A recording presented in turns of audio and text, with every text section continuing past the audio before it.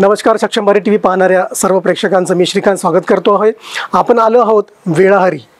दर्शको, वेळाहरी जो नागपूरवरून लगभग 18 ते 20 किलोमीटर अंतरावरती आहे, जो आउटर रिंग रोड जो गेलेला आहे, वर्धा आउटर मोठा रिंग रोड जो गेला आहे, त्याच्या एका बाजूला शंकरपूर आणि त्याच्याच दुसऱ्या बाजूला वेळाहरी जी ग्रामपंचायत आहे, त्या ठिकाणी एक पुरातन संस्कृती 2000 या सम्राट अशोककालीन म्हणू शकतो आपण त्यांना, या मुघलकालीन म्हणू शकतो आपण त्यांना, या मग बुद्धकालीन सुद्धा त्याला म्हणू शकतो आहे, असं एक पुरातन वास्तू इथं मिळालेली आहे। त्याची सविस्तर माहिती आपण या चॅनलच्या माध्यमातून आपल्याला देणार आहोत। तर सोबत चला बघूया या वेळाहरी या परिसरामध्ये असलेलं हा पुरातन क्षेत्र काय आहे आणि त्यामध्ये अशा काय विशिष्ट आहे की जो खरंच आपण त्याला पुरातन म्हणू शकतो आहे आणि पर्यटनाचा आकर्षणाचा केंद्र सुद्धा हा बनू शकतो काय।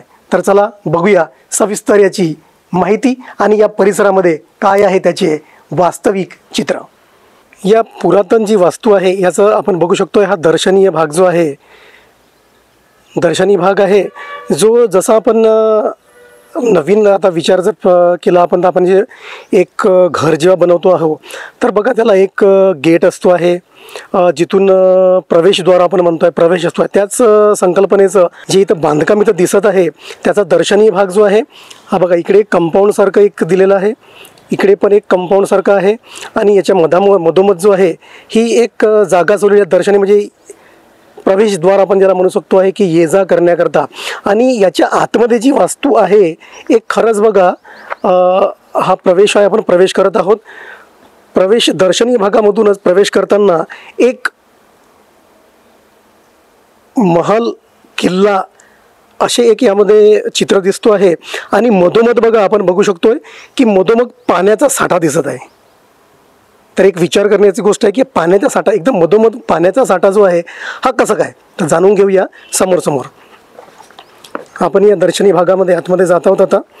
हे बघा, याचा बांधकाम जो आहे हा पूर्णतः पुरातन आहे। याच्या विटा जे आपण पाहू शकतोय की ज्या विटा वगैरे आहेत त्या एकदम पुरातन काळातील पद्धतीने याचा बांधकाम झालेला आहे।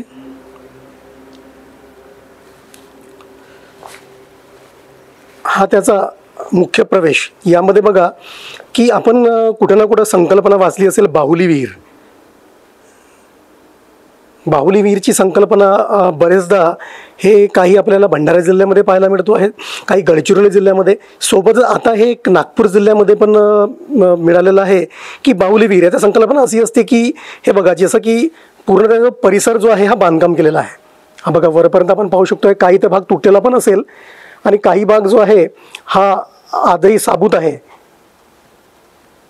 आणि याच्या मधोमध जे आहे ही बाहुली विहीरची संकल्पना, म्हणजे ते पाणी दिसतो आहे म्हणजे तलावासारखं। तर ही भंडारा जिल्ह्याचं सुद्धाचे चित्रण जर आपण पाहिलं तर कुठे कुठं कोरड्या पण आहेत, त्यामध्ये आतमध्ये जाऊन बघितलं तर हे आतमध्ये खूप खोलवरपर्यंत हा पूर्ण जो वर जसा बांधकाम झालेला आहे त्याचप्रमाणे बांधकाम हा खाली पण आहे। सोबतच त्याच्यामध्ये रूम्स आहेत राहण्याकरता, हॉल्स आहेत आणि सोबतच आपण त्याला म्हणतो की स्नानगृह, जसं आता एक स्विमिंग पूलची संकल्पना आता नव्याने उद्यास आली, ती या पुरातन काळामध्येच उद्यात आलीच असावी अशाच पद्धतीचं छोटंसं स्विमिंग पूल सुद्धा हा आतमध्ये पाहायला मिळू शकतो आहे। कारण या अगोदरच्या बाहुली विहिरीचं जे पुरातन विभागाने स्पष्टीकरण केलेलं आहे, या चित्र पाहिलेलं आहे, त्यामध्ये तशा प्रकारचं बांधकाम हा आतमध्ये पाहायला मिळतं। सेम तसंच हा एक पुरातन परिसर जो आहे पाहायला मिळतात। या परिसरातील एक एक बाजू आपण जाणून घेऊया। आपण एका बाजूनी प्रवेश करूया, बघा की मधामध्ये पाण्याचा साठा, परत दोन्ही बाजूला 2 रस्ते दिलेले आहेत, 2 बाजूला। हे बघा इकडे पण एक आहे, हा एक दिसून येत आहे आणि हा एक दुसरा, दोन्ही साईडने ये जा करण्याकरता हा सुविधा दिलेली आहे।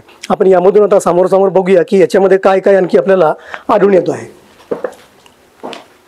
इथं प्रवेश केल्यानंतर हे बघा एक पूर्णपणे संपूर्ण बांधकाम वरपासून ते खाली, हे बघा, आणि याचा बांधकामाचा विशिष्ट जे आहे की एकदम बघा याच्यामध्ये ना सिमेंट दिसत आहे ना रेती दिसत आहे, तर बांधकाम जो आहे हा पुरातन पद्धतीने माती या मग विशिष्ट काहीतरीचा वापर करून त्या पद्धतीचा इथं केलेला आहे। हे बघा, आणि परत याच्यामध्ये पुरातन बघा आता जेवढे काही पुरातन विभागाचे आपण बघितलेले आहेत, बौद्धकालीन स्तूप असो, मुघलकालीन असो, या सम्राट अशोककालीन, आता हे तर सम्राट अशोककालीन असावं असं चित्र आपल्याला म्हणू शकतो आहे, कारण समोर पण याची बघूया की बनवण्याचे जे शिल्प याच्यावरती कोरलेले आहेत ते त्याच पद्धतीचे आहेत. हा एक जसं जुन्या काळामध्ये जुन्याचं घर होते त्याला आपण कोलोडा आहे ना, जिथं कोलोडा छोटासा कोलोडा राहायचा मातीच्या भिंतीमध्ये, जिथं काही आपण साहित्य ठेवायचो, त्याच प्रकारची ही पद्धत बघा, ही जुनी शिल्प इथं आहेत. नंतर तिथून बाहेर निघण्याचं हा एक द्वार आहे, बघू शकता आपण, हा एक द्वार, हा रस्ता सरळ, त्यानंतर परत हा एकदम सरळ दुसरा द्वार येतो आहे. अशा पद्धतीची याची बनावट दिलेली आहे. आता इथून आपण बाहेर पडूया. हे बघा, जे आपण दर्शनीय भागामधून जो आपण पाण्याचा साठा बघितलो आहे, विहीर, बावली विहिरीची पद्धत बघा, इथं पूर्ण पाण्याचा साठा आहे. आणि त्या पाण्याचा साठा जो आणखी द्वार आहे याच्यामध्ये आपण पाहू शकतो, हे बघा की शिल्प कोरलेला आहे. याची बघा घडण बघा, जसं आता प्रचलित जर आपण एखाद्या पुरातन वास्तूचा जर विचार जर केला तर अजिंठा वेरूळची लेणी हे सगळ्यांना परिचित आहेत. कोणत्याही दुसऱ्याचं उदाहरण देण्यापेक्षा हे बघा, अजिंठा वेरूळच्या लेणीमध्ये अशा प्रकारच्या शिल्प आपल्याला पाहायला मिळतात की जे हाताने कोरले. त्यानंतर त्या मुख्य द्वारावरती हे बघा काही कोरलेलं आहे. आपण हे इकडचं बघू, हे बघा हे शिल्प बघा हस्तकलेने कोरलेलं दिसत आहे इथं, हे बघा. त्यानंतर हे एक फूल, याचं आपण एक बघा, मी तुम्हाला उदाहरण देऊ शकतो की पवनी, भंडारा जिल्ह्यातील पवनीला जे स्तूप आहेत, पवनीला तहसीलच्या परिसरामध्ये चंद्रमणी बुद्ध विहार आहे, त्याच्या बाजूला सुद्धा अशी वास्तू तिथं आहेत, अवशेष आहेत, पुरातन अवशेष. आणि त्या खांबावरती हा जो आपल्याला चित्र दिसत आहे, हे अशा प्रकारचे चित्र तिथं सुद्धा कोरलेले आहेत. त्यातलीच प्रतिकृती मुलचिंद नागाची ही दिल्लीच्या म्युझियममध्ये ठेवलेली आहे. त्याच्यावर सुद्धा अशाच पद्धतीचं हा शिल्प कोरलेला दिसतो आहे. अजिंठा वेरूळमध्ये सुद्धा जर आपण पाहिलं तर अशा प्रकारचे प्रतिकृती बघा, हे. त्यानंतर हा बघा गोल फूल, मंगांचा जो चौकुट्टा होता हा गोल पद्धतीचा फुल इथं कोरलेला आहे. त्यानंतर त्याच्या खाली हे बघा, ही जी प्रतिमा कोरलेली आहे ही सेम सामंजस्य जसं सम्राट अशोककालीन सम्राट अशोकाने 84,000 विहार चैत्य लोकार्पण केले आहेत त्यापैकी एक असावं. हे बघा सेम तसंच जसं पवनी स्तूपामधून निघालेल्या प्रतिकृती आहेत सेम अशाच आहेत. तुम्ही पाहू शकता की अजंठा वेरूळला अशा पद्धतीच्याच कोरीव काम दिसलेलं आहे. त्यानंतर हा एक खांब, हा बघा, हा पण खांब जो आहे हा त्याच पद्धतीचा आपल्याला पाहायला मिळतो आहे. हे दोन्ही बाजूला सारख्या पद्धतीने. आणि हे जे आहे आपण बाहुली विहीर म्हणतो याचं बघा की दोन्ही बाजूला हा पूर्ण कोरीव काम आहे, हा बघा कोरीव काम केलेलं आहे. त्यानंतर इथे आपण बघू शकतो, हे बघा आहे, इथे पण त्या पद्धतीचं एक विशिष्टपूर्ण काम केलेला आहे जो आपल्याला सम्राट अशोककालीन स्तूपामध्ये पाहायला मिळतो आहे. त्यानंतर यांच्या भिंती हे बघा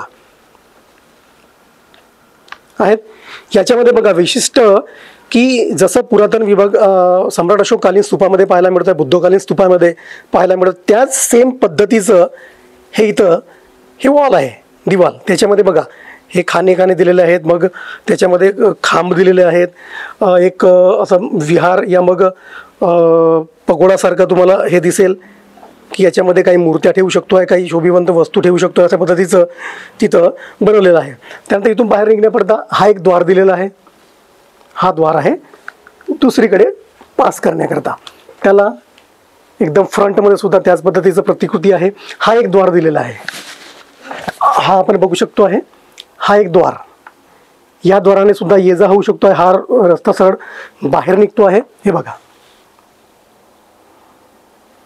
ओके. त्यानंतर परत इकडे जसं मधोमध हा एक रस्ता दिलेला आहे, ही एक बाहुली विहिरीची प्रतिकृती आहे. त्यानंतर तो परिसर आहे, हा एक जो रस्ता दिलेला आहे. आणि सोबतच हे बघा आणखी एक विहिरीचाच एक प्रकार हा इथं पण सुद्धा दिलेला आहे. याला आपण स्नानगृह म्हणू, विहीर म्हणू, या मग इथं आतमध्ये खोलवर असलेलं सम्राट अशोककालीन स्तूप म्हणू शकतो आपण त्याला. बुद्धकालीन अवशेषाचं काहीतरी असेल बा असं आपण समजू शकतोय. अशा पद्धतीचं सगळं इथे आपल्याला पाहायला मिळत आहे. हे बघा, त्यानंतर परत इथं काही मूर्तीसुद्धा कोरवल्याचे चिन्ह दिसत आहे. आपण त्याला क्लिअर बघू. हे बघा आहे, ही मूर्ती जी आहे इथं जसं आताच्या काळामध्ये काय होतो आहे की आपण एक जागा बनवतो, तिथं मूर्ती स्थापित करतोय, बसवतोय, मानतो आहे शोभिवंत. पण इथं बघू शकता आपण की ती कोरवलेली आहे आणि कुठं ना कुठं त्याला फिसकडीच झालेली आहे. ही बघा, आता याचं जर एक संशोधन थोडंसं जरी केलं तर त्याची पोझिशन म्हणू आपण त्याला. ही बघा, त्याची बैठक, त्याचं वर्णन जर आपण केलं तर हे बुद्धाची मूर्ती असावी असा एक पकडू शकतो आणि असावीच. कारण हा जो आहे हा सारखा सगळं भंडारा जिल्ह्यामध्ये पुरातन विभागाने शोधलेला या संशोधन केलेला जो पवनीच्या स्तूप आहेत त्यामध्ये मिळालेले अवशेष आणि इथले अवशेष हे सामंजस्य आहे, सारखी आहे. तर अजिंठा वेरूळला जर आपण प्रतिकृती बघितल्या त्यासुद्धा ह्या सारख्या प्रमाणामध्ये आपल्याला पाहायला मिळतात. आपण जो पूर्ण परिसर जो आहे, हा पूर्ण एवढा परिसर जो आहे हा इथं आपण पाहू शकतो आहे की याच्यामध्ये संपूर्ण हे बघा एवढा परिसर जो आहे हा या वेळाहरी ग्रामपंचायतमध्ये आलेला पुरातन परिसर आहे, जो खरंच एक दर्शनीय आहे आणि पर्यटनाचं आकर्षणसुद्धा बनू शकतो आहे. हे बघा, हा त्याचा आपण पूर्ण परिसर, पूर्ण आजूबाजूनी ह्या पूर्ण वॉल्स आहेत, त्यानंतर मुख्य प्रवेशद्वार आहेत, मधोमध ही बाहुली विहीर दिसत आहे. हा त्याचा एक प्रवेशद्वार आहे, हा इकडे दुसरा प्रवेशद्वार आहे. हे बघा, आणि काही काही वास्तू जी आहेत त्या कालांतराने ह्या तुटलेल्या दिसत आहेत, विस्कळीत झालेल्या आहेत. त्यांना जर सगळ्यांना एकत्रित जर आपण केलं, एकत्रित करून जर याचा अभ्यास केला तर खरंच हा सम्राट अशोककालीन स्तूप आहे असं म्हणता येईल. आणि खरंच तो सम्राट अशोककालीन स्तूपच आहे. तर पुरातन विभागाने याच्यामध्ये आता हस्तक्षेप केलेली आहे. पुरातन विभागाकडे याची नोंद झालेली असून मिळालेल्या माहितीप्रमाणे पुरातन विभागाने इथं 2-3दा सर्वे केलेला आहे आणि आता त्यांच्या सर्वे रिपोर्टनुसार हा परिसर कशा पद्धतीने पर्यटकांसाठी मोकळा करून दिला जाईल हे पुरातन विभाग ठरवेल. आपण पाहू शकता की या परिसर जो आहे हा वेळाहरी ग्रामपंचायत जो हा मुख्य रस्ता जो आहे हा रस्ता आहे, हा मुख्य रस्ता. त्यानंतर आपण पाहू शकता की रिंग रोड जो आपण वर्धा जो जातो आहे, वर्धा रिंग रोड जो आहे हा बघा, हा रिंग रोड आहे.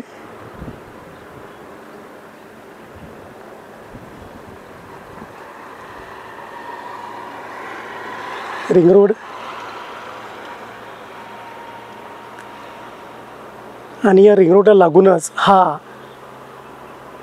ऐतिहासिक जो आहे परिसर आहे. याला ज्या लेआउट मालकाने हे घेतलेलं आहे, वाघमारे म्हणून काही लेआउट मालक आहेत, या बाजूला तिथं लेआउट पडलेलं आहे. दादाजी नगरी जी आहे लेआउट पूर्ण परिसरामध्ये पडलेला आहे आणि या एवढ्या परिसराला लेआउट मालकाने पूर्ण वॉल कंपाऊंड केलेलं आहे. पुरातन विभागाने या ठिकाणी सर्वे झालेला आहे आणि आता सगळ्यांचे लक्ष हेच आहे की पुरातन विभाग किती लवकर आणि किती गतीने या परिसरामध्ये त्याचा सर्वे संपन्न करून त्याची काय रिपोर्ट देतो आहे. हा तर सम्राट अशोककालीन वास्तू आहे हे तर आपण निश्चित म्हणूच शकतो आहोत. त्या वास्तू पर्यटकांना आकर्षक हा बनेल आणि या ठिकाणी एक चांगलं पर्यटन स्थळ, बुद्धिस्ट पर्यटन स्थळ, सम्राट अशोककालीन पर्यटन स्थळ हा बनू शकतो आहे. आणि जर ते झालं तर वेळा हे गावसुद्धा देश पातळीवरती प्रचलित होऊन त्याचं नाव लौकिक होईल. सक्षम भारत TV वर येणारे प्रत्येक व्हिडिओ पाहण्याकरता, नेहमी सक्षम भारत TV सोबत राहण्याकरता या चॅनलला लगेच सबस्क्राईब करा, लाईक करा व शेअरसुद्धा करा.